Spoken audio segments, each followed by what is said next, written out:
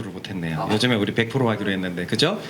말씀이면 서로 사랑 그래서 함께 우리 100%로 인사합시다. 비에치로 삽시다.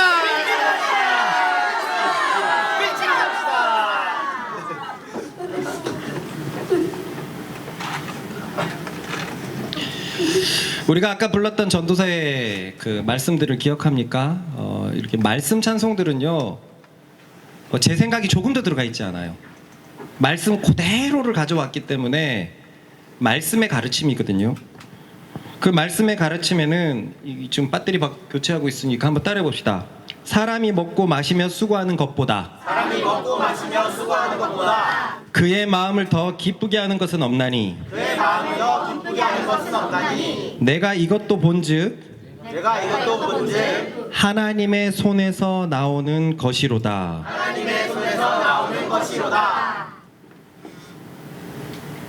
네. 여기서 보면 요거 다음에는 할 때 이거 줄대로 이렇게 복사를 해주세요. 일부러 그렇게 맞춘 건데, 여기서 보면 사람이 먹고 마시며 수고하는 것보다라는 구절을 해석하는 데는 아무 문제가 없어요. 그냥 눈에 보이는 그대로입니다. 먹고 마시고 수고하는 거, 일하는 것. 두 번째가 문제예요. 그의 마음을 더 기쁘게 하는 것은 없나니. 좀 이상합니다. 우리는 매일같이 먹고 마시면서 일을 합니다. 맞습니까? 네. 매일같이 그래요. 그런데 이건 분명히 기쁜 일이 아니에요. 누가 일하는 걸 기뻐합니까? 기쁠 때가 간혹 있지만 힘든 날이 훨씬 많습니다. 우리 기범이, 그지? 뭔가는 정확하게는 모르겠지만 회사에서 뭔가가 일이 약간 휘말려서 마음고생을 많이 했던데, 일을 하는 것은 그의 마음을 더 기쁘게 하는 것이 없나니 이것과 어울리지 않아요. 세상을 한번 돌아봅시다. 매일같이 일하고 먹고 마시는 일을 기쁘게 생각하는 사람이 누가 있습니까? 회사 가는 게 기쁜 일 사람이 어디 있습니까? 와우! 일요일 저녁이네. 이제 한 밤만 자면 회사야. 누가 그럽니까? 이게 무슨 뜻일까요? 왜 먹고 마시고 일하는 것이 사람에게 굉장히 기쁜 일이라고 한 이 말 뜻이 무엇일까요? 우리 다음 말씀입니다. 이것도 아까 찬송 불렀어요. 읽어봅시다. 시작. 결국 나는 사람이 먹고 마시는 것을 즐기고 자기에게 보람을 느끼며 사는 것보다 더 좋은 일이 없다는 것을 알게 되었다. 그러나 이런 기쁨도 하나님께서 주실 때만 누릴 수 있다. 이거는 다른 찬송이 아니었고 다른 번역본이었습니다. 이 번역본을 보니까 이해가 됩니다. 먹고 마시고 일하는 것이 왜 즐겁냐면, 이 현대어 성경에서 보면 그냥 먹고 마시는 것이 아니라 먹고 마시면서 즐기는 걸 말하는 거였어요. 그리고 또 그냥 일하는 것이 아니라 이 현대 성경에서 보니까 일하면서 보람을 느끼는 것을 말했어요. 그러니까 이 말씀은 우리가 매일의 삶에서 먹고 마실 때마다 즐겁다면, 그리고 일할 때마다 보람된다면 이거보다 사람을 기쁘게 하는 일이 없다는 겁니다. 매일이 그렇잖아요. 웬만하면 두 끼, 세 끼, 많은 사람들은 더 먹을지 모르겠지만 매일 먹는 행동들이 기쁘고 즐겁고 매일같이 일 나가는 것에 보람을 느낀다면 그것은 정말 최고의 인생일 것입니다. 동의하십니까? 네. 이건 정말로 행복한 일이 아닐 수 없어요. 그래서 전도서의 솔로몬은 이런 결론을 한 번 더 말했어요. 그래서 아까 제가 그 찬송을 한 번 더 부른 겁니다. 읽어봅시다. 시작. 내가 관찰해보니 하나님께서 주신 자신의 생애 동안 먹고 마시며 자신이 하는 일에서 보람을 느끼는 것이 행복이요 적절한 일이다. 그것이 인생의 몫이기 때문이다. 아까도 말했지만 이건 전도서 5장이에요. 12장 중에서 5장이고 방금 전에 읽었던 내용은 2장입니다. 그러니까 중간에 한 번 더 결론을 내리는 것이, 하나님께서 주신 생애 동안 먹고 마시고 일하는 것에서 보람을 느끼는 것이, 시온 성경은 너무 명확하게 선포하고 있어요. 그게 행복이랍니다. 그게 적절한 삶이라는 거예요. 상상해 봅시다. 가족들과 매일 밥 먹는 시간이 즐겁습니다. 즐거워요. 이게 우리 이제 부모가 된 사람들은 어느 순간부터 자식들과 밥상을 같이 할 텐데 지금은 따로 먹잖아요. 애기들 먹는 시간과 달라서. 같이 먹는 것이 행복하다면, 아이가 사춘기가 되었는데 부모와 같이 식사를 하는 것이 즐겁고 행복하다면 이것만큼 화목한 집안이 있을까요? 또한 내가 일하는 것에서 계속 보람을 느끼는 거예요. 이걸 매일 그런다면 이것은 사람에게 행복한 일이고 적절한 일이 될 것입니다. 근데 문제는 이것이 우리의 몫이라고 해놨는데, 사람이 이렇게 행복하고 사람이 이렇게 적절하게 살아갈 수 있는데 왜 우리네 사람들은 이렇게 행복하지 못하죠? 먹고 마시는 것에서 즐거움을 찾지 못하고, 왜 일하는 것에서 보람을 느끼지 못할까요? 왜 그럴까요? 전도자는 이 두 구절에 단서를 달아놨습니다.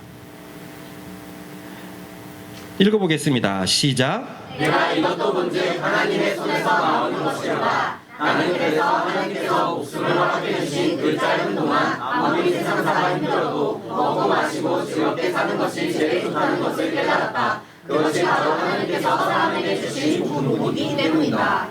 내가 매일 행복하려면, 어떤 사람들은 먹고 마시는 것이 행복하지 않은 사람 많잖아요. 그냥 살기 위해서 먹고. 어제 동준이도 저는 먹는 즐거움을 모르겠어요. 그냥 알약이 있어가지고 알약 먹고 배를 채웠으면 좋겠다. 저도 여러분들이 저를 좀 알지만 탐욕이 없어요. 먹는 것에 대한 식욕은 있는데, 먹을 때는 많이 먹는데 음식이 뭐 맛있는 거 먹고 싶다라는 것에 생각이 별로 없어요. 그런데 이런 걸 말하는 게 아니잖아요. 매일같이 먹는 그 식사가 항상 즐겁고 내가 하는 일이 보람될 수 있다면, 그런데 단서는 뭐냐면 하나님의 손에서 나오는 것이랍니다. 따라해 봅시다. 내가 행복한 것은 하나님의 손에서 나오는 것이다. 하나님의 손에서 나오는 것이다. 그리고 이거 전도서 5장 18절 다음의 말씀을 우리가 못 가져왔는데, 이것도 하나님의 선물이다라고 우리가 아까 불렀습니다. 하나님의 선물이다. 그러니까 이 말씀은 이게 됩니다. 우리는 원래 만들어질 때 일하면서 보람을 느끼도록 만들어졌어요. 우리의 천국의 삶이 이걸 겁니다. 천국에 일이 없다? 아니요, 그건 잘못된 거예요. 천국은 새 하늘과 새 땅이고 지금의 구조와 비슷합니다. 비슷할 거예요. 매일같이 우리가 하는 일들이 있어요. 그런데 그 일에서 계속 보람을 느끼는 거예요. 에어컨 기사를 하면서 보람을 느끼고, 아이들을 케어하면서 보람을 느끼고, 음악을 만들면서 보람을 느끼고, 강의를 하면서 보람을 느끼고, 금융권의 일을 하면서 보람을 느끼고, 원래 하나님이 우리를 이렇게 만드셨기 때문에 우리가 천국에 가면 그렇게 될 겁니다. 천국에 가면 뭐 날개 달고 아무것도 안 하고 잠만 자고 막 날아다니고, 아니에요. 무슨 천국이 백수들이 모여 있는 것도 아니고 그렇지 않습니다. 우리 느끼잖아요. 일할 때 성취감이 오는 것은 사람에게 굉장히 큰 만족을 주거든요. 원래 우리를 이렇게 만들었다는 거예요. 내가 하는 일에 보람을 느끼는 겁니다. 성취감을 느끼는 겁니다. 그리고 먹고 마시는 시간이 즐거운 거예요. 그냥 시간을 보내는 것이 아니라 그 시간에 교제하고, 여기 마시는 것은 술인데 그렇게 포도주 한잔하고 맛있는 것들을 먹으면서 같이 교제하고, 이게 즐거운 겁니다. 원래 우리가 그렇게 만들어졌어요. 이것이 인생들을 향한 하나님의 몫이었고, 이 말씀에서 보는 것처럼 하나님의 복이었습니다. 우리에게 주신 복이었어요.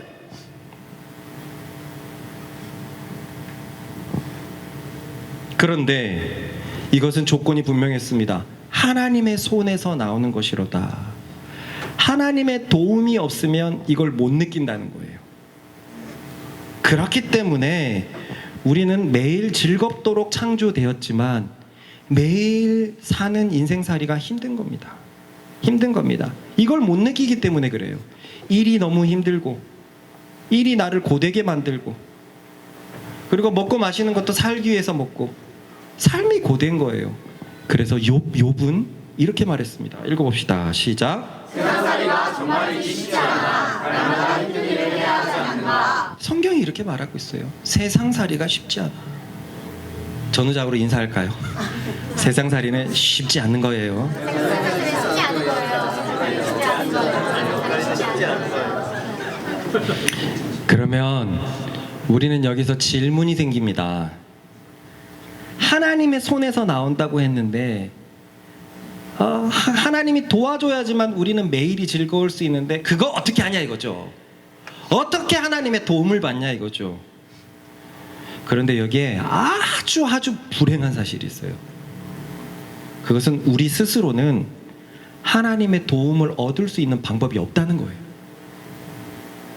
이게 굉장히 중요한 진리인데요. 왜 굉장히 중요하냐면요, 2000년 역사 동안 자신의 힘으로 하나님의 도움을 받으려고 하는 일이 2000년 역사 동안 계속 있었고 성경에도 있습니다. 자신의 행동 속에서, 행위 속에서, 삶의 모습 속에서 하나님의 도움을 받을 수 있다라고 잘못된 착각을 하고 살아가는 그런 움직임들이 계속 있었어요. 근데 성경은 그렇게 말하지 않습니다. 진짜 불행한 사실은 우리 스스로 하나님의 도움을 얻을 수 있는 방법은 아무것도 없습니다.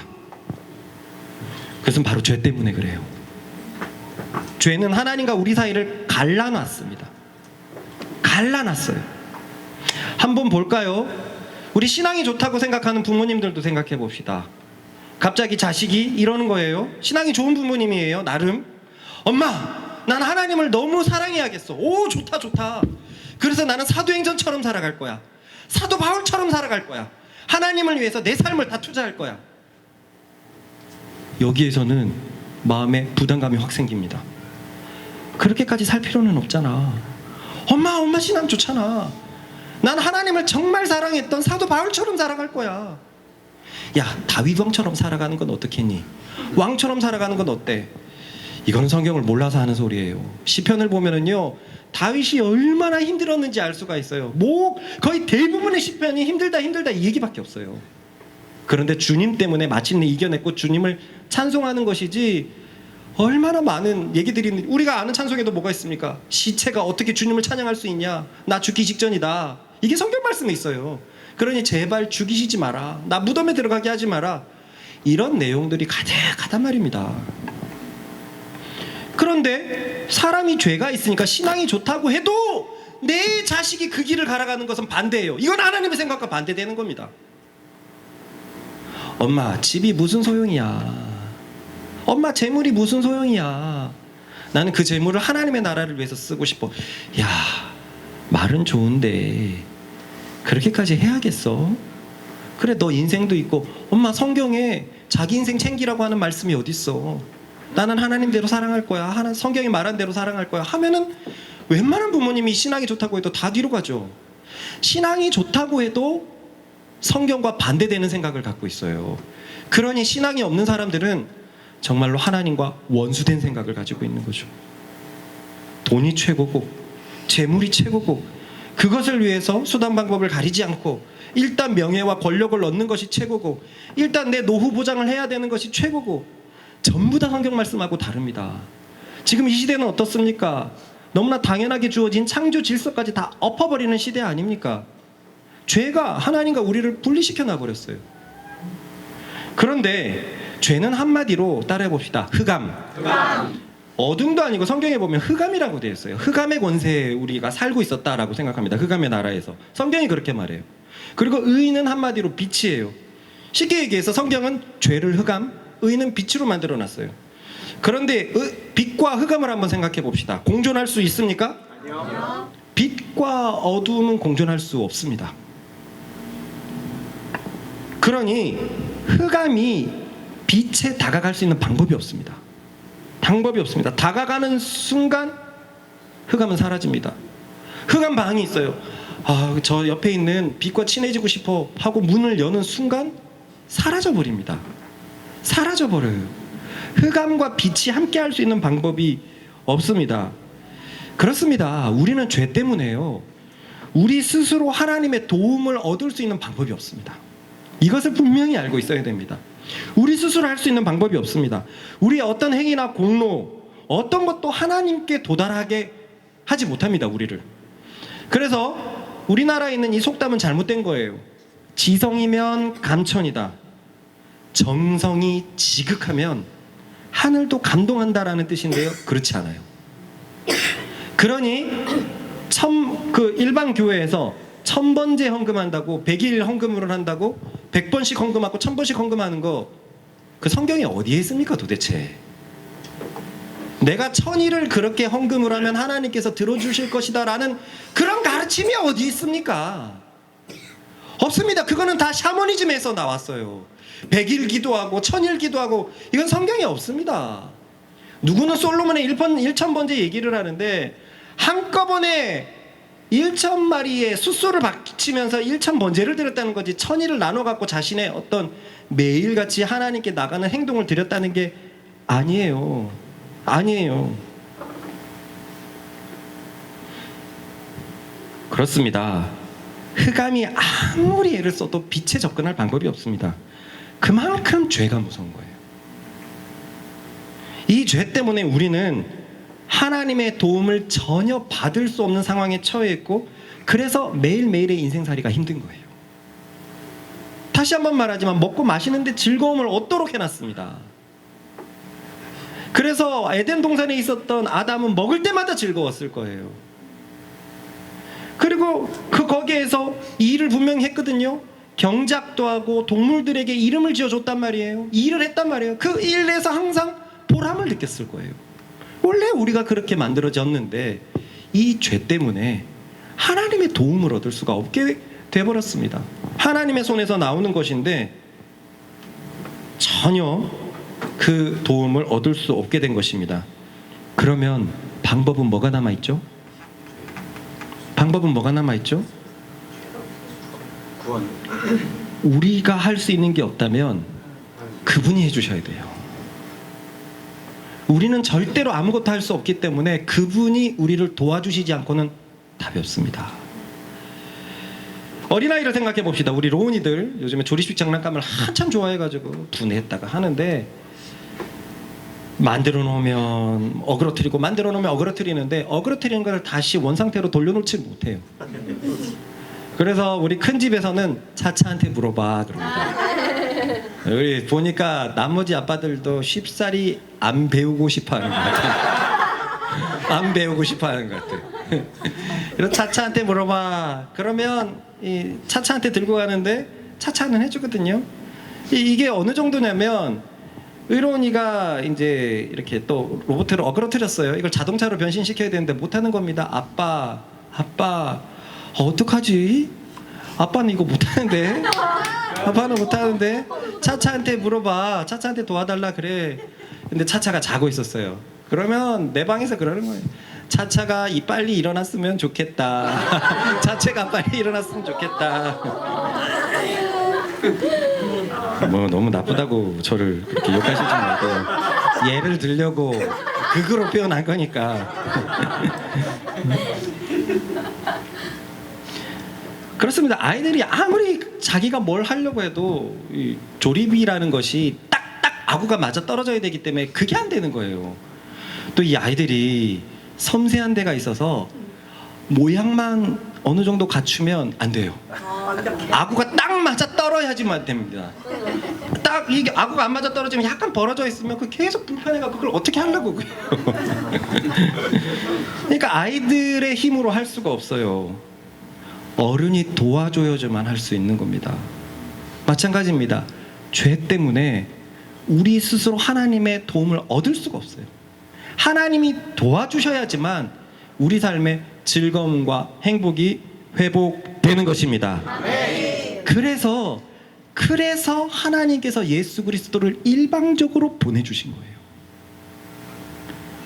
왜 일방적이라고 얘기를 하냐면 어둠이 우리들의 어떠함 때문에 보내주신 게 아니란 말이에요. 어둠은 빛에게 도움을 요청할 수 없다라고 말했습니다. 어둠은 빛을 깨닫지 못해요. 빛이 어둠을 보고 일방적으로 아들 되신 예수 그리스도를 보내주신 것입니다. 왜요? 왜 하나님은 당신의 아들을 이 험한 세상으로 보내셨을까요? 이유는 오직 하나죠. 따라해 볼까요? 우리를 사랑하시기 때문에. 네, 사랑하시기 때문에 그렇습니다. 이게 아빠가 돼서 더 그런지 이게 유튜브를 보다가 아이들의 어떤 힘든 상황에 처해 있는 것을 보면 막 울컥울컥해요.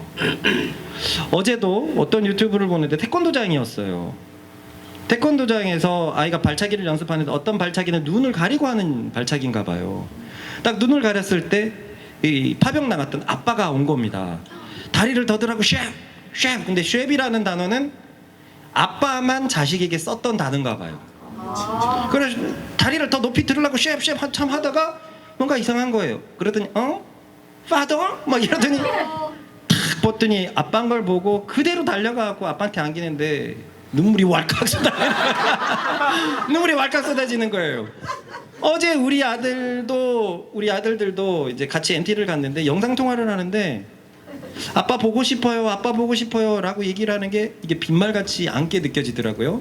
아침에 정도가 도착했는데 계속 내 손을 잡고 와갖고 자기 옆에 누워라, 자기 옆에 앉아라. 나는 씻어야 되는데 앉아갖고 막 계속 이렇게 자동차 같이 굴려라. 근데 잠시 씻으러 갔더니 엄마한테 아빠 보고 싶다고.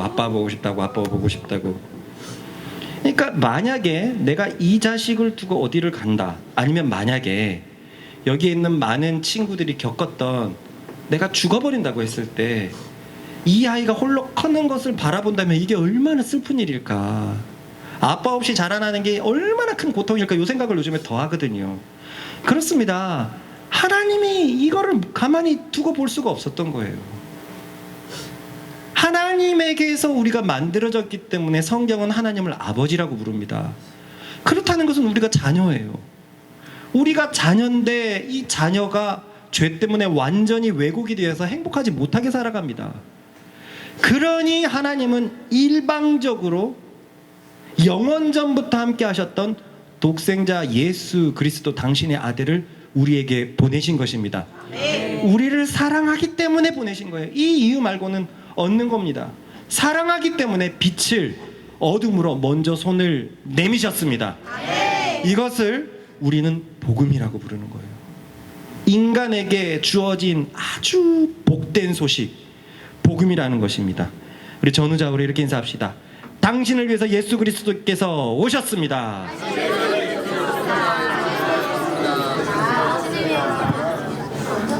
그런데 문제가 이게 끝이 아닙니다.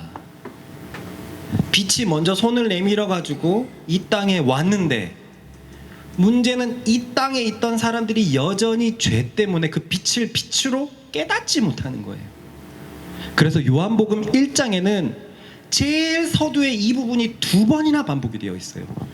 읽어보겠습니다. 시작. 아무리 그로 말미암아 지은 바 되었으니 지은 것이 하나도 그가 없이는 된 것이 없느니라. 그 안에 생명이 있었으니 이 생명은 사람들의 빛이라. 빛이 어둠에 비추되 어둠이 깨닫지 못하더라. 참 빛 곧 세상에 와서 각 사람에게 비추는 빛이 있었나니 그가 세상에 들었으며 세상은 그로 말미암아 지은 바 되었으되 세상이 그를 알지 못하였고 자기가 오매 자기 백성이 영접하지 아니하였으나. 현진아, 다음번에는 이거 2장으로 해줘. 너무 배려가 없지 않니? 부모님도 오시는데. 현진이가 이제 막 이거 PPT에 앉아서 좀 오늘 부족하거든요. 지금도 그렇지 않습니까? 우리나라 사람들 중에서 예수라는 이름을 안 들어본 사람이 있을까요? 우리 나리아 어머니가 이제 우리 교회 온 지 반년이 넘었는데 교회 다니기 전에도 예수라는 이름 분명히 들어봤단 말이에요. 그리고 그 예수라는 인물이 무슨 일을 하는지도 웬만한 사람들은 다 알고 있습니다. 우리 대신 십자가에 죽었다는 거, 교회의 상징이 십자가라는 것을 다 알고 있어요. 이것은 우리에게는 명백한 사실이고 분명히 경험되는 사실인데도 대부분의 사람들에게는 허무맹랑한 소리로 들립니다. 엄마, 예수님 믿어야 돼. 그래, 나랑 같이 교회 나가자. 예수님 믿어야지 진짜 행복해질 수 있어. 그 예수님이 내 죄 때문에 대신 죽으셨단 말이야. 그 예수님을 믿을 때 행복해질 수 있어. 이 얘기가 허무맹랑한 소리로 들린다는 거예요. 여러분들도 신기하지 않습니까? 그 얘기를 어떻게 믿고 여기 앉아 있을까요? 우리 속에 무슨 일이 일어났을까요? 참 믿기 힘든 이 얘기가 왜 믿어질까요? 저는 이 부분이 참 안타까운데요.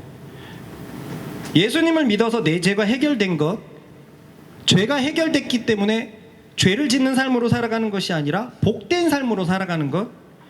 그래서 힘들었던 세상살이가 즐거운 인생살이로 변하는 것을 분명히 경험할 수 있거든요. 분명히 경험할 수 있는데 예수님을 믿지 않아서 그걸 못 경험하는 거예요. 없는 것을 말하는 게 아닙니다. 우리가 경험하지 못하는 것을 믿으라고 말하는 게 아니에요. 성경에서는 믿음은 천국의 복을 가져온다고 분명히 말하고 있습니다. 그냥 허무맹랑한 얘기들을 야 일단 믿고 봐. 믿었어? 그럼 너 천국? 끝이 아니란 말입니다. 믿을 수 있도록 우리가 예수님을 믿었을 때 우리의 삶이 처음에 나왔던 먹고 마시는 것에서 즐거운 삶으로 일하는 것에서 보람되는 삶으로 분명히 경험할 수 있다는 거예요. 천국의 맛을 우리가 경험할 수 있도록 하셨기 때문에 우리는 그것을 보고서라도 더 믿을 수 있습니다. 그런데 믿지 않는단 말이죠. 우리 차제와 차제 형의 차이가 뭡니까? 차제는 예수님을 받아들였고 그 형은 예수님을 받아들이지 못했어요. 미래와 나래의 차이는 뭔가요? 미래는 예수님을 믿지 않고 받아들이지 않고, 나래는 예수님을 받아들였어요. 분명히 성경은 받아들일 때 천국이 펼쳐진다 해서 나래의 삶 속에서는 천국을 경험하는 것들이 점점 늘어가죠. 서로 부부간에 안 맞던 것들이 매년 더 맞아가고, 현진이야말로 자기 일에 대해서 불만이 제일 많던 사람 아닙니까? 처음에 그 우리은행에 들어갔을 때 동기들 중에서 제일 불만을 토로하고 나는 다른 은행으로 이직 갈 거야. 그래서 동기들이 네가 제일 빨리 일을 그만둘 줄 알았다 했는데 지금은 제일 충성맨이 되었어요. 일에서 보람을 느끼고 있잖아요. 일에서 보람을 느끼고 나래와 함께 살아가는 것이 행복하고 조화로운 일을 보기만 해도 행복하고. 왜요? 예수님을 믿을 때 천국을 미리 맛볼 수 있는 것입니다. 그 믿음은 실제 천국의 복을 가져오는데, 그런데 대다수의 사람들에게는 이 말이 안 통합니다. 삶을 보고 믿으세요라고 해도 안 통해요. 신기하지 않습니까? 예수님을 믿고 네 삶을 맡기면 너도 천국을 경험할 수 있어 라고 얘기하는데 안 통합니다. 현진이가 만나는 친구 주영이는 코로나 전에 우리 교회에 한 1년 반 왔는데 삶이 허무하다는 거예요. 힘들고 매일 똑같은 삶이 너무 지겹고 주말이 더 지겹다는 거예요. 주말만 지나면 그냥 배달 음식 가득 쌓여있고 나는 컴퓨터만 하고 있고 선을 나가도 되는 것은 없고, 그래서 결혼도 못하고 있고 그냥 회사 가고 집에 와가고 맨날 넷플릭스 보고 인터넷 보고 이게 다라는 그 인생. 현진이는 그때마다 날 봐. 너와 나의 차이가 뭐냐? 예수님이라는 차이밖에 없지 않느냐? 예수님을 믿을 때 행복을 가져준다니까? 네 삶이 완전히 변하고 네 삶이 생명이 있게 된다니까? 그래도 안 받아들이는 거예요. 이게 참 신기하죠? 그렇습니다. 인정할 수밖에 없어요. 예수님이 우리를 구원하시기 위해서 이 세상에 오셨다라는 것을, 이 말씀을 듣고도 대부분의 사람들은 요동도 없습니다. 그것은 마음이 어둠으로 가득하기 때문에 빛을 빛으로 인식하지 못하는 것입니다. 그래서 말씀을 들어도 사단이 그 말씀을 뺏어가 버립니다. 이것은 예수님이 하신 말씀이에요.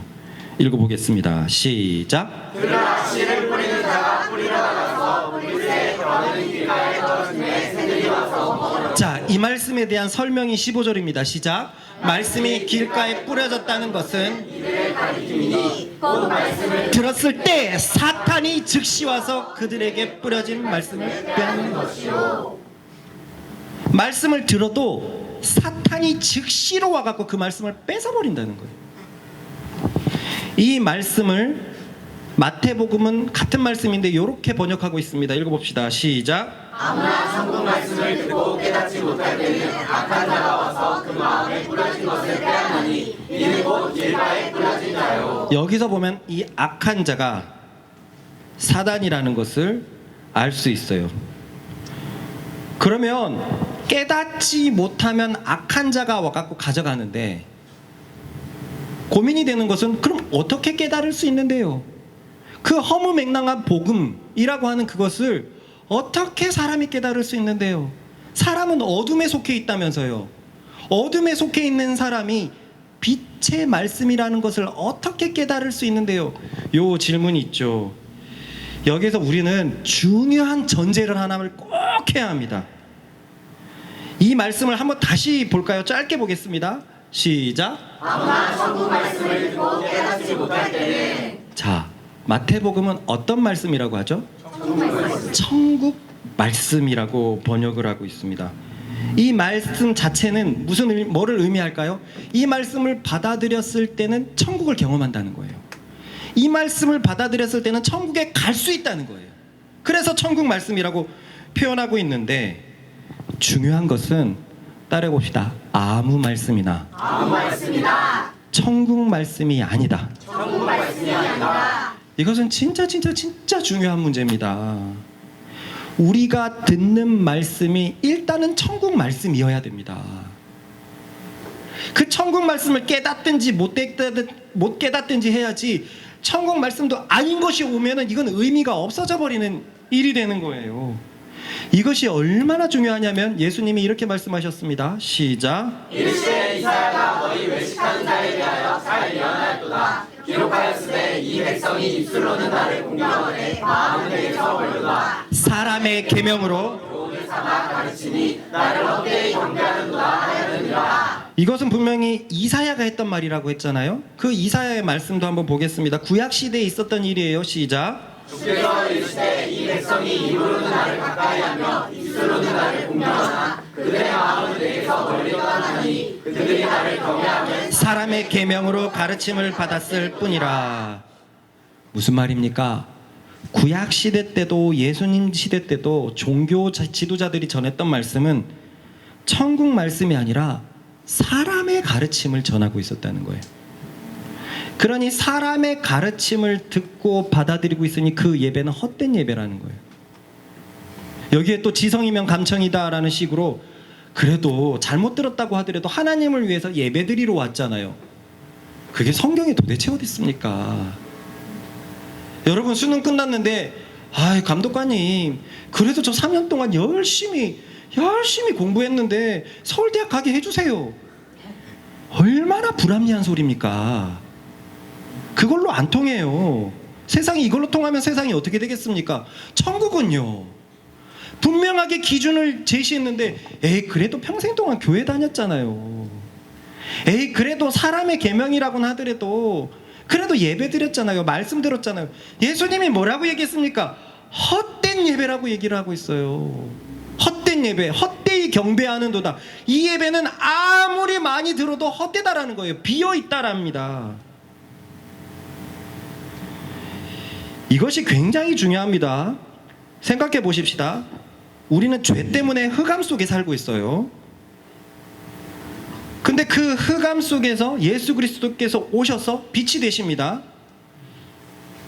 그런데 그 빛이 되신 말씀을 듣는다고 다 받아들이는 이유가 아닌 것은, 많은 사람들이 흑암에 있기 때문에 그 말씀을 깨닫지도 못해요. 문제는 듣는 말씀도 천국 말씀이 아니라는 거예요. 듣는 말씀도 하나님의 말씀이 아니라는 거예요. 그 말씀은 사람의 가르침이랍니다. 따라해봅시다. 사람의 가르침은 우리를 천국으로 인도하지 못한다. 사람의 가르침은 천국을 경험할 수 없다. 우리는 주변의 그리스도인들에게서 그들이 천국을 사는 것을 경험하고 있습니까? 쉽지 않거든요. 정말 쉽지 않습니다. 왜? 아까 쉽지 않으니까 의진이가 했던 뮤지컬 같은 저 뮤직비디오가 좀 이상해요. 애들에게만 통하는 것 같고 세뇌 같습니다. 예수님 믿으면 뿅 해가지고 생명이 막 흘러 넘치는 삶을 사는 것처럼 얘기하는 것을 받아들이지 않아요. 주변에는 천국을 경험하는 사람이 없기 때문입니다. 그런데 천국을 경험하지 못하는 첫 번째 이유가 말씀이 천국 말씀이 아니기 때문에 그래요. 진짜 놀라운 사실이 있습니다. 예수님 시대부터 지금까지요, 천국 말씀은 항상 소수였어요.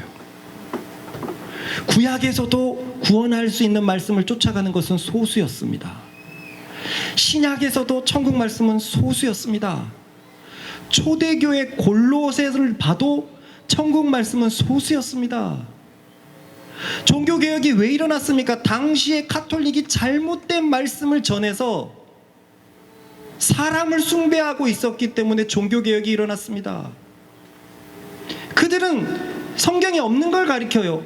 연옥을 가리킵니다. 고해성사를 가리킵니다. 신부에게 고백을 하면 하나님이 다 용서해 주셨다고 신부가 감히 선언을 해버립니다. 이런 고난이 어디에 있죠? 성경 어디에서 주어지죠? 그 중세시대는 완전히 카톨릭이 대세였지만 진짜 말씀은 소수였습니다. 그러면 지금은요?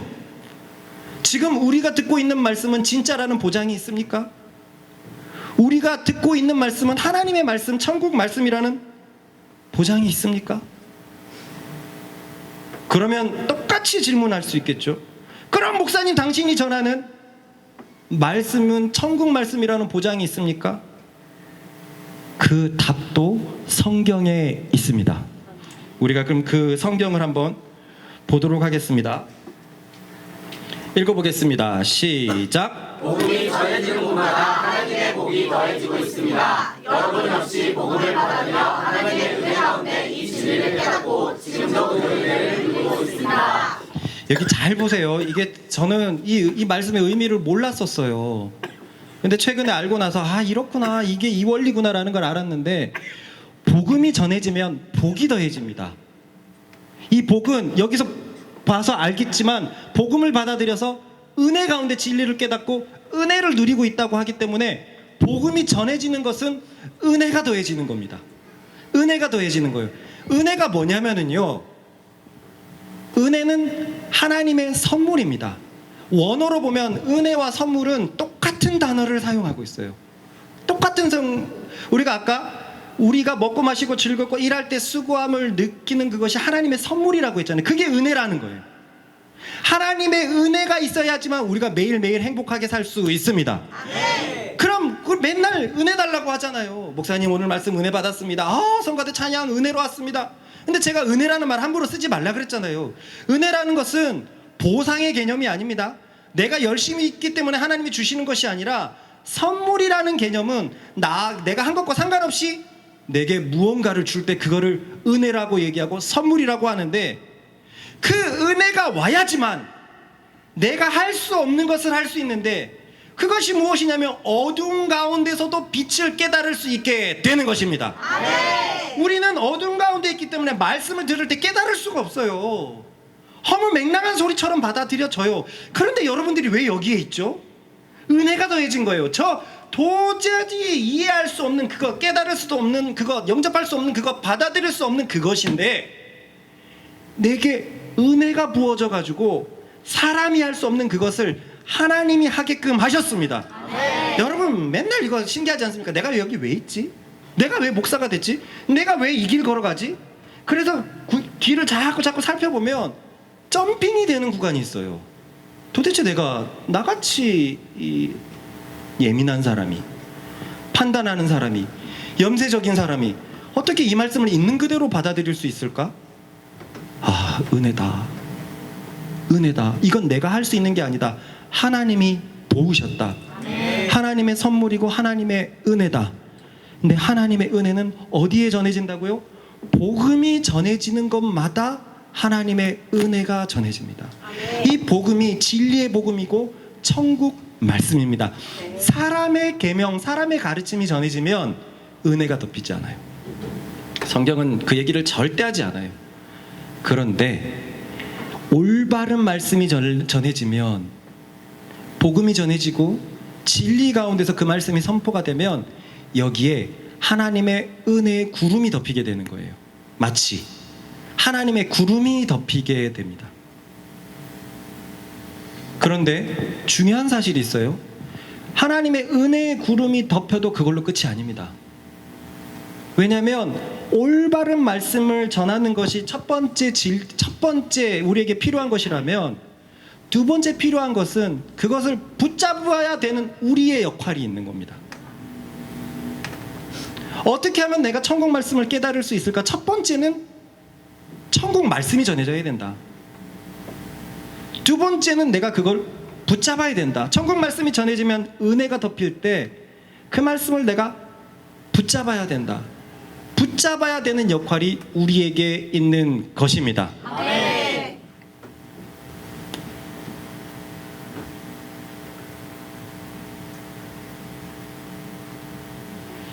그러면 우리는 똑같은 은혜의 구름이 있어서 우리가 그 하나님의 은혜를 느낄 때 누구는 붙잡지 못하고 누구는 붙잡는데 이 차이는 어디에서 오는 것인가? 그것은 우리가 가난할 때, 우리가 힘들 때, 우리가 삶에서 어려움을 느끼고 외로움을 느끼고 그래서 무언가 잡아야 되는 가난한 상태일 때 우리가 그 은혜를 붙잡을 수 있습니다. 그래서 성경이 이렇게 말하고 있습니다. 읽어봅시다. 시작. 심령이 가난한 자는 복이 있나니 천국이 그들의 것이요. 그래요. 이게 예수님의 첫 번째 말씀입니다. 첫 번째 말씀이에요. 자, 그러면 정리를 한번 해보십시다. 어둠 가운데 있는 세상에서 어둠은 빛을 먼저 깨달을 수가 없습니다. 그래서 아들 예수 그리스도를 우리에게 보내셨어요. 근데 아들 예수 그리스도가 우리에게 왔지만 그 사실을 듣고도 대부분은 허무맹랑하게 생각을 하는데 그 사실이 있는 그대로 전해지는 곳에는 하나님의 은혜가 임합니다. 중요한 것은 은혜가 임하는 걸 끝나는 것이 아니라 은혜를 붙잡아야 되는데 내가 어떻게 붙잡을 수 있느냐 하면 나의 가난한 마음이 그 은혜를 붙잡게 되는 것입니다. 네. 우리가 최근에 우리 의진이가 왔잖아요. 그 의진이의 가난한 마음을 우리는 들었어요. 남들은 모르고 부모님도 몰랐던 내 속에 있는 공황장애, 두려움, 남들에게 맞춰서 살아가는 것. 의진이는 분명히 교회를 다녔거든요. 근데 거기에서는 은혜를 경험하지 못했어요. 그래서 분명히 교회를 다녔지만 여전히 인생살이가 어려운 가운데서 살아갔는데 학교에서 동준이를 만났는데 한마디로 너무 빛이 넘치는 겁니다. 아니, 이 오빠는 왜 이렇게 생기가 넘치는 거지? 근데 그 오빠가 가는 곳마다 교회 오라고 복음을 전하고 있었는데 그래서 몇 명의 친구들은 다 무시했는데 의진이는 그 얘기를 받아들였어요. 받아들이고 이곳에 왔는데 결국은 말씀을 받아들인 게 무엇 때문이냐? 의진이 속에 가난한 마음. 아, 진짜 하나님이라면 되나? 진짜 하나님은 나의 삶을 바꿔놓을 수 있나? 난 어렸을 때부터 하나님을 알고 있었는데도 그게 안 되던데 진짜 복음이 이러한 것인가? 아, 동준이 오빠를 보면 맞는 것 같기도 하고 이 교회 사람들을 보면 맞는 것 같기도 하고 아까 잘 표현했어요. 또 왔다. 또 왔다. 차제도 분명히 처음에 왔을 때 여기만 오고 가야지라고 생각을 했는데 또 오게 된 그게 무엇이었을까요? 그 속에 있는 남 모르는 슬픔, 남 모르는 고민, 남 모르는 힘듦, 그것이 이 복음을 꽉 붙잡게 만든 원동력인 줄 믿습니다. 네. 하나님은요, 세상에서 자기가 잘 살아가는 사람에겐 관심이 없습니다. 성경을 보면은요, 그것에 대해서 하나님은 분노하십니다. 분노하세요. 그들은 잘못된 복음을 전하고 있는 자들이에요. 돈이 최고야, 공부가 최고야, 명예가 최고야, 그래야지 이 세상을 살아갈 수라고 있어라고 얘기하지만 그들이 만들어 놓은 세상의 행복함이 어디 있습니까? 온 매스컴이 그게 최고라고 얘기를 하지만 그들이 만든 세상에서 날마다 즐거운 일들은 어디 있습니까? 잘못된 복음입니다. 잘못된 가르침들이에요. 그런데 그 세상 속에서 절망하고 외롭고 힘들고 찢기고 우는 사람들에게는 이 복음이 가볍게 들리지가 않는 거예요. 정말 나도 그렇게 될 수 있나? 나도 정말 행복할 수 있나? 무언가 내가 예수님에게 걸어야지 라는 믿음의 발로가 왜 일어나냐면 내 마음이 가난함이 하나님의 은혜와 손을 잡았을 때 그때 우리 가운데 천국이 시작되는 것입니다. 아멘. 할렐루야. 아멘. 예를 들어서 생각해 봅시다. 우리 동네 큰 홍수가 나갖고 모두 쓸려 내려가고 있습니다. 이대로 있다가는 모두 죽게 될 판이에요. 내가 살 수 있는 방법이 없습니다. 그런데 동아줄이 내려왔어요. 하늘에서. 살려면 그 동아줄을 잡아야 됩니다. 동아줄은 하나님의 은혜고 내가 해야 되는 것은 그걸 잡는 것밖에 없어요. 그런데 안 잡는 사람들이 있어요. 왜냐? 나는 지금 죽는 거 아닌데? 나는 수용하는 것 뿐인데? 나는 쓸려 내려가는 것 뿐인데? 자기 현실을 모르는 거예요. 매일같이 행복하지 않으면서, 매일같이 힘들다고 얘기하면서, 매일같이 즐거움을 느끼지 못하면서 자기 인생에 대해서 별 생각이 없는 거예요. 나는 죽어가는 것 아닌데? 왜 예수쟁이들은 다 죄 때문이라 그러고, 왜 예수쟁이들은 세상을 비관적으로 보지? 비관적으로 어떻게 안 볼 수 있습니까? 뉴스에 좋은 소식이 많습니까? 나쁜 소식이 많습니까? 우리는 나쁜 소식에 더 귀를 기울입니까? 좋은 소식에 더 귀를 기울입니까? 세상은 악해서 나쁜 소식에 더 귀를 기울이고, 그래서 저마다 더 자극적인 뉴스들만 쏟아내고 있고, 그렇게 세상은 계속 악해져 가고 있는데 어떻게 세상이 안 악합니까? 근데 이 악함 속에서 고생하는 사람들, 학대받는 사람들, 눌린 사람들, 사로잡힌 사람들, 외로운 사람들, 그런 사람들은 이 동아줄이라도 잡아보는 거예요. 내가 정말 이걸 잡으면 소망이 있을까? 하고 잡게 되는 겁니다. 그런데 그렇게 잡고 됐더니 어떻게 됩니까? 세상 속에서 힘 있는 사람이 됩니까? 아니요. 잡았더니 매일의 삶이 행복해지는 것입니다. 아멘. 아까 하나님이 주신 재물과 부를 누리고 자기 몫에서, 내 몫에서 내가 먹는 매일이 행복한 거예요. 나의 매일이 행복합니다. 부자는 부자의 몫에서 행복하고, 가난한 사람은 가난한 사람에서 행복합니다. 중요하지 않습니다. 이 세상은 지나갈 거예요. 중요한 것은 내가 행복을 느끼느냐, 즐거움을 느끼느냐입니다. 그러니 이것을 알고 있는 사람들은 가난해도 함께 라면 끓여 먹어도 좋습니다.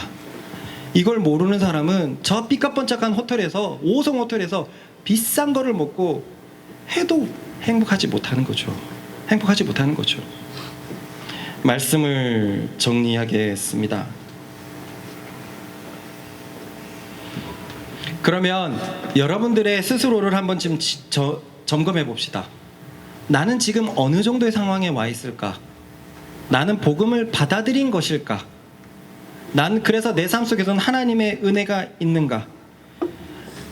성경은 복음을 받아들였다는 것을 무엇으로 아는지에 대해서 말하고 있습니다. 읽어보겠습니다. 시작. 심령이 가난한 자는 복이 있나니 시작. 여러분의 이러한 믿음과 사랑은 하나님께서 여러분을 위해 하늘에 이르게 주신 것에 대한 소망에서 나온 것이 아닙니까? 이 소망에 대해서는 처음 여러분이 복을 받을 때 이미 들었던 것입니다. 자, 난 교회 나오고 저 말씀이 이제 잘 들리는 것 같은데, 나는 지금 깨닫고 있는 건가?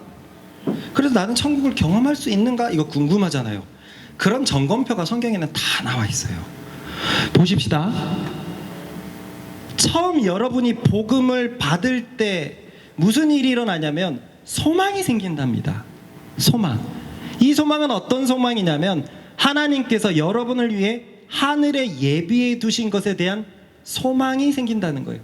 복음을 받아들이는 사람은 하늘에 대한 소망이 생깁니다. 아멘. 복음을 받아들이는 사람은요, 이 땅의 소망을 갖지 않아요. 얼마나 많은 사람들이 이 땅에서도 잘 되고 싶어 하는지 모르겠어요. 그걸 가지고 얼마나 많이 기도하는지 모르겠어요.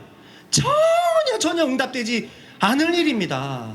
성경은 그렇게 적혀 있지 않아요. 사도들은 쓰레기라 그랬어요. 사도들은 찌꺼기라 그랬습니다. 세상의 찌꺼기, 세상의 쓰레기처럼 받는 것이 그거예요. 얼마나 많은 신앙이 좋다고 하는 부모님들이 내 자식은 그래도 세상에서 집이 있어야 되고 세상에서 차도 있어야 되고, 그런 말씀이 성경에 도대체 어디 있습니까? 진짜 복음을 받아들인다면요, 이 땅에 대한 소망이 아니라 하늘에 대한 소망이 생깁니다. 여러분 한번 보십시오. 오늘 내가 한 끼도 안 먹는 만큼 내일 나에게 상급이 주어진다고 해봅시다. 오늘 한 끼 안 먹으면 내일 1억이 생겨요. 여기서 먹을 사람이 있습니까? 없어요. 근데 있어요. 어떤 사람이면 안 믿는 사람은 먹어요. 안 믿는 사람은 먹어요. 마찬가지입니다. 복음을 안 믿는 사람은 이 땅에 소망을 둬요. 성경은 분명히 이 땅에 소망을 두지 않고 하늘에 소망을 둘 때, 그때 천국이 임하고 천국이 계속 경험될 거라고 했는데, 이걸 안 믿는 사람들이 자꾸 이 땅에 무언가를 생각해요. 복음을 받아들이다면 이 땅에 대한 소망이 아니라 하늘에 대한 소망이 생깁니다. 이것도 이상하게 생각하지 마세요. 아, 그럼 이 땅은 소망이 없어서 일을 하지 말자. 여러분, 아까 말씀이 먹고 마시고 일하는 것에서 보람을 느끼는 거예요. 그거는 그냥 완전히 또 이상한 말씀을 받아들이고 있는 거예요. 그러면 하늘에 소망이 생긴 사람들은 어떤 삶의 모습으로 나타나냐? 우리 위에 다시 읽어볼까요? 시작. 여러분의 이러한 믿음과 사랑은 하나님께서 여러분을 위해 하늘에 계신 것에 대한 소망에서 나온 것이 아닙니까? 그래요. 복음을 받아들여서 내가 복음을 받아들였는지 궁금한 사람은 내가 이 땅에 소망을 두고 있는지 하늘에 소망을 두고 있는지에서 알 수 있습니다. 하늘에 소망을 두고 있다면 믿음과 사랑이 우리에게 나타날 것입니다. 바로 한 절 전의 말씀은 이겁니다. 시작. 그것은 여러분이 예수 그리스도를 잘 믿고 모든 자손을 사랑하고 있다는 사실을 들었기 때문입니다. 여기에서 분명한 공식이 생겼습니다. 참된 복음을 내가 듣는가가 중요하고, 참된 복음을 붙잡았다면, 참된 복음이 있는 곳에 은혜가 있고, 그 은혜를 붙잡았다면 하늘에 대한 소망이 생깁니다. 하늘에 대한 소망이 생긴 사람은 예수님을 잘 믿게 됩니다. 예수님을 잘 믿으려면 하늘에 대한 소망이 있어야죠. 저 천국에 대한 소망이 없이 어떻게 예수님을 잘 믿습니까? 그 예수님을 잘 믿는 믿음은 성도 사랑으로 이어집니다. 그렇기 때문에 하나님은 마지막 날 판단할 때 너는 서로 사랑했느냐? 성도들을 사랑했느냐? 형제들을 사랑했느냐? 이거 물어볼 겁니다. 그러므로 내 속에서 나를 위해서 살아가지 않고 이상하다, 나는 이기적인 사람인데 왜 이 사람들과 같이 살아가려고 애를 쓰고 있지? 라고 생각한다면 기뻐하십시오. 여러분 속에 예수님을 믿는 믿음이 있고, 그 믿음을 가져오게 된 하늘의 소망이 있는 것이고, 그 하늘의 소망을 붙잡게 한 하나님의 은혜가 우리 가운데 역사하는 줄 믿습니다. 은혜는 진짜 귀한 겁니다. 내가 할 수 없는 것을 하게 만드는 게 은혜입니다. 근데 그 은혜의 끝은 성도 사랑으로 이어졌기 때문에 모든 그리스도인들은 진정한 그리스도인이라면 성도 사랑의 표가 있어야 됩니다. 이 정도에 이르면 자기 자신을 점검해 보세요. 먹고 마시는 게 즐겁습니다. 일하는 것에서 보람을 느낍니다. 예전에는 보람을 못 느껴죠. 내가 이 정도 대우를 받고 이 일을 해야 돼? 이게 우리들의 생각인데 돈이 상관없어져요. 일하는 것 자체가 감사하고 일하는 것 자체 속에서 보람을 느껴갈 수 있습니다. 예전에는 저 인스타에 유명하다는 걸 먹어야지 즐거웠어요. 아니에요. 이제는 사랑하는 최근에 흑백 요리사가 유명해졌는데, 흑백 요리사를 우리 집에서 보면서 날에는 저거 먹고 싶다, 저거 먹고 싶다. 나래야, 왜 이 땅에 대한 소망을 그렇게 가지고 있냐? 난 나래랑 라면 먹는 게 좋거든요. 누구랑 먹느냐가 즐거운 거잖아요. 즐거운 거잖아요. 자, 말씀을 정리하면서 돌아가 봅시다. 우리의 인생이, 하나님이 주시려는 인생은 세상 속에서 위대해지는 인생이 결코 아닙니다. 하나님이 주시는 인생은 하나님의 몫을 알아서 매일의 식사가 즐거운 겁니다. 매일의 일이 보람을 느끼는 겁니다.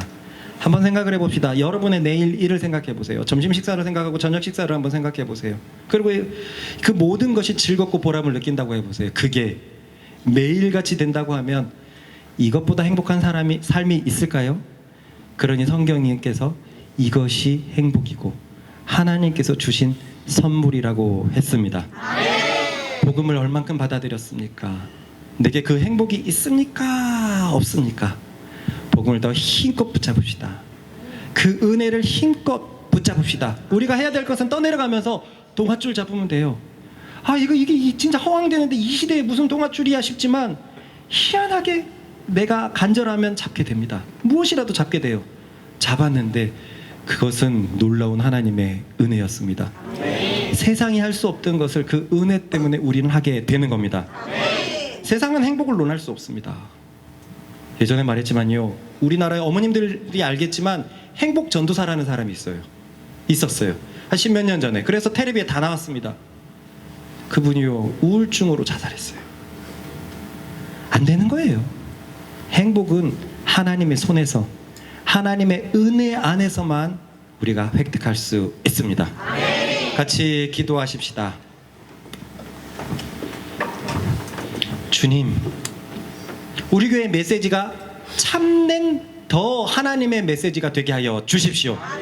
여기 있는 모두가 갈망하고 간절함으로 그 메시지를 더 꽉 붙잡아서 하늘에 대한 소망과 예수님에 대한 믿음과 성도를 사랑하는 열매까지 맺히게 하여 주십시오. 주여, 한번 힘껏 외쳐 같이 기도하십시다. 주여!